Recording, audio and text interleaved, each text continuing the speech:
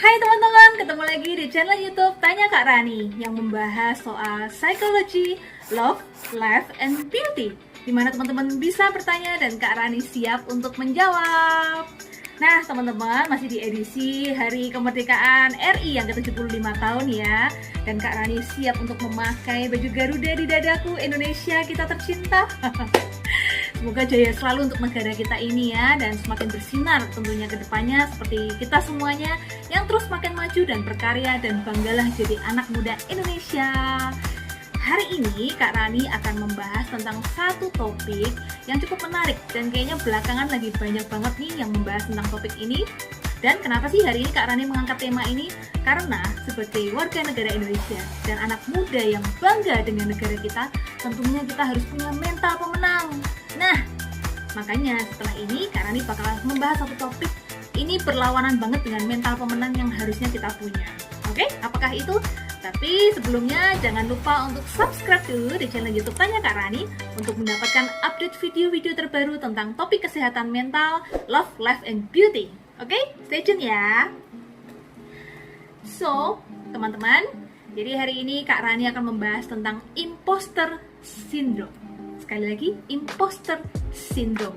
Apa sih itu, Kak? Makanya jangan kemana-mana, simak aja terus ya. Jadi teman-teman, pernah nggak sih dalam kehidupan ini kamu berpikir, setelah aku mencapai sebuah kesuksesan, apa ya yang bakal aku rasakan? Nah, pernah nggak sih? Terus merasa bangga atau justru merasa tidak pantas mendapatkan sesuatu ketika kalian berhasil membuat sebuah prestasi gitu. Terus kemudian pernah nggak sih malah kalian tuh merasa cemas, tidak pantas ketika kalian itu berhasil atau lulus kuliah misalnya, atau menang kejuaraan misalnya, dimana seharusnya kalian itu bangga, seneng, tapi malah kalian merasa kayaknya aku nggak pantas deh, aku malah makin cemas, paling itu cuma kebetulan belaka doang gitu. Ups, mungkin ini ciri-ciri kalau kalian mengidap imposter syndrome atau sindrom penipu. Tapi tenang aja, bukan berarti kalian itu seorang penipu, oke? Bukan Kak Rani mau ngajarin kalian jadi seorang penipu ya. Oke, jadi imposter syndrome adalah sebuah kondisi psikologis di mana seseorang itu merasa tidak pantas meraih kesuksesan yang sudah dicapainya. Orang dengan sindrom ini justru merasa was-was, seolah suatu hari orang-orang akan tahu bahwa dia tuh hanya seorang penipu. Jadi dia merasa bahwa dirinya adalah seorang penipu, padahal sebetulnya dia sudah mencapai satu prestasi yang menurut orang lain itu luar biasa, teman-teman, kayak gitu. Sindrom ini unik banget, biasanya terjadi pada orang-orang yang justru malah ambisius, orang-orang yang punya standar kesuksesan yang tinggi. Nah loh, tapi malah mereka merasa bahwa pencapaian yang mereka raih bukan karena kemampuan mereka, tapi cuma karena kebetulan doang. Cuma kebetulan aja kemarin gue bisa menang. Cuma kebetulan aja gue lulus kuliah, bukan karena usaha aku toh gitu. Hati-hati ya teman-teman ya. Nah, faktor yang menyebabkan seseorang mengalami imposter syndrome salah satunya adalah lingkungan keluarga yang selalu menekankan pentingnya prestasi, atau malah terlalu memanjakan, atau malah hobi banget mengkritik. Iya, pernah nggak sih ngalamin kayak gitu teman-teman? Gejala ini juga bisa menjangkit seseorang yang fresh graduate, baru masuki dunia kerja, jadi merasa nggak pantas, merasa nggak layak, merasa aku tuh nggak mampu, apalagi kalau harus berhadapan dengan orang-orang yang lebih hebat di perusahaan di tempat dia itu bekerja kayak gitu. Nah, gejala dari sindrom ini antara lain, yang pertama, gampang cemas, tidak percaya diri, frustrasi atau depresi ketika gagal memenuhi standar yang dia tetapkan sendiri, bukan orang lain yang tetapkan, tapi dia tetapkan sendiri.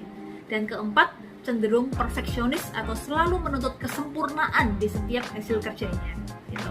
Padahal manusia kan gak ada yang sempurna ya teman-teman ya, karena kesempurnaan hanya milik sang pencipta aja ya kan. Nah, tapi tenang aja, masih banyak kok cara untuk kita bisa mengatasi imposter syndrome, dan banyak banget tokoh-tokoh dunia yang pernah mengalami imposter syndrome kayak Albert Einstein, Emma Watson, siapa lagi ya? Jadi tenang aja gitu, imposter syndrome ini memang salah satu sindrom yang ternyata banyak banget dialami oleh orang-orang besar di luar sana. Tapi bukan berarti kalau kalian mau jadi orang sukses harus ngalamin ini dulu, enggak kayak gitu ya. Justru karena kita tahu lebih dini, kita bisa mencegah hal itu terjadi. Dan karena kita tahu apa itu imposter syndrome, jadi kalau teman-teman udah mulai ngerasa aku kok kayaknya ngalamin ya sindrom yang satu ini, cepet-cepet deh minta bantuan gitu, atau cepet-cepet melakukan mencari solusi aktif gitu ya untuk diri kita supaya nggak berkelanjutan gitu. Nah, cara mengatasi imposter syndrome yang pertama, berbicara atau curhat dengan orang yang kita percaya. Nah, kalau teman-teman punya seseorang yang dipercaya, bagus banget untuk bisa memberikan feedback ya untuk diri kita.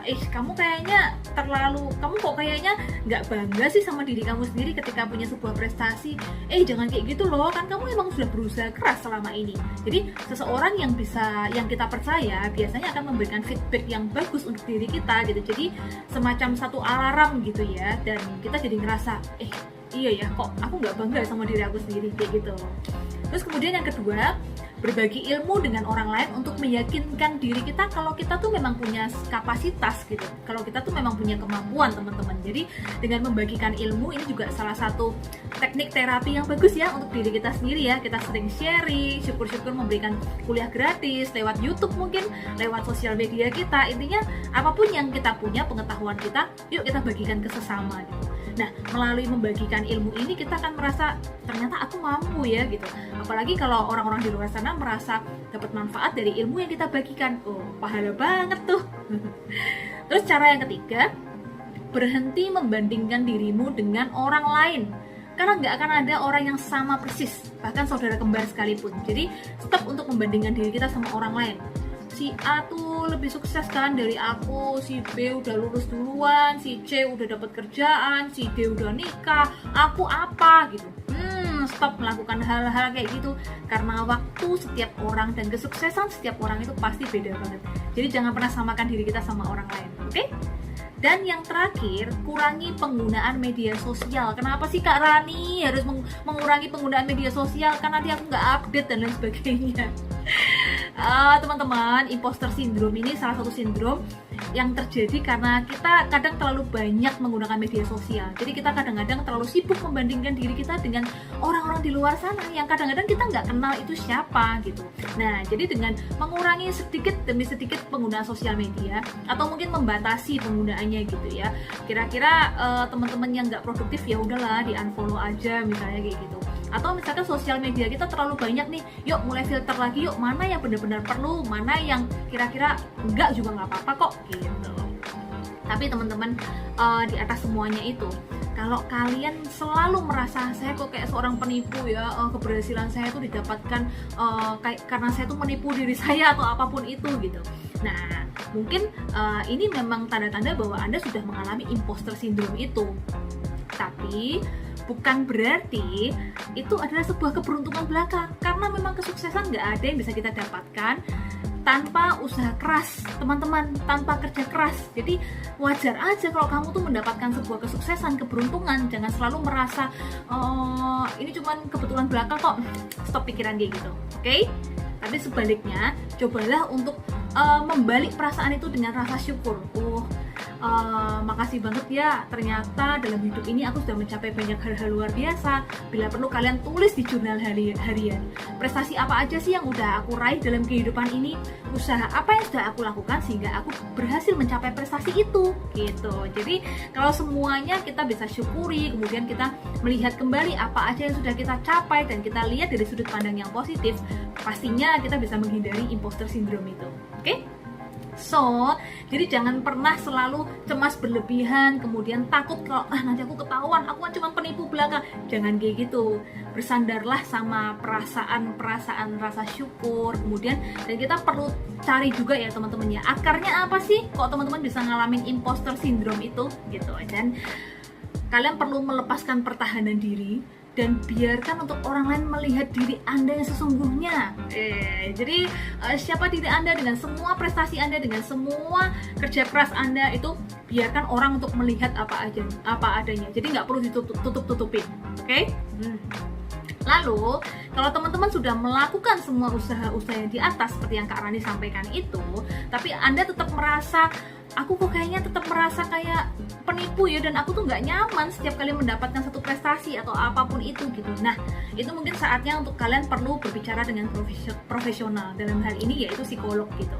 Cobalah untuk konsultasikan permasalahan kalian, cobalah untuk melakukan konseling, psikoterapi gitu, karena dari situ biasanya para ahli kesehatan mental akan bisa mengarahkan gitu, apa sih langkah yang perlu Anda lakukan dan membantu Anda melihat permasalahan dari sudut pandang yang berbeda gitu teman-teman.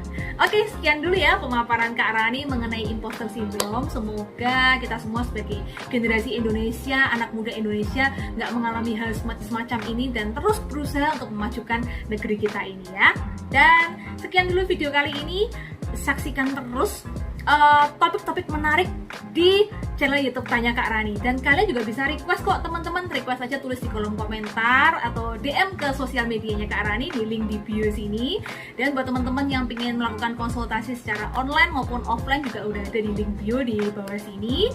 Kalau ada request tentang topik kesehatan mental, segera sampaikan aja, dan siapa tahu nanti di edisi berikutnya Kak Rani bisa bikinin video khusus untuk membahas tentang request kalian itu.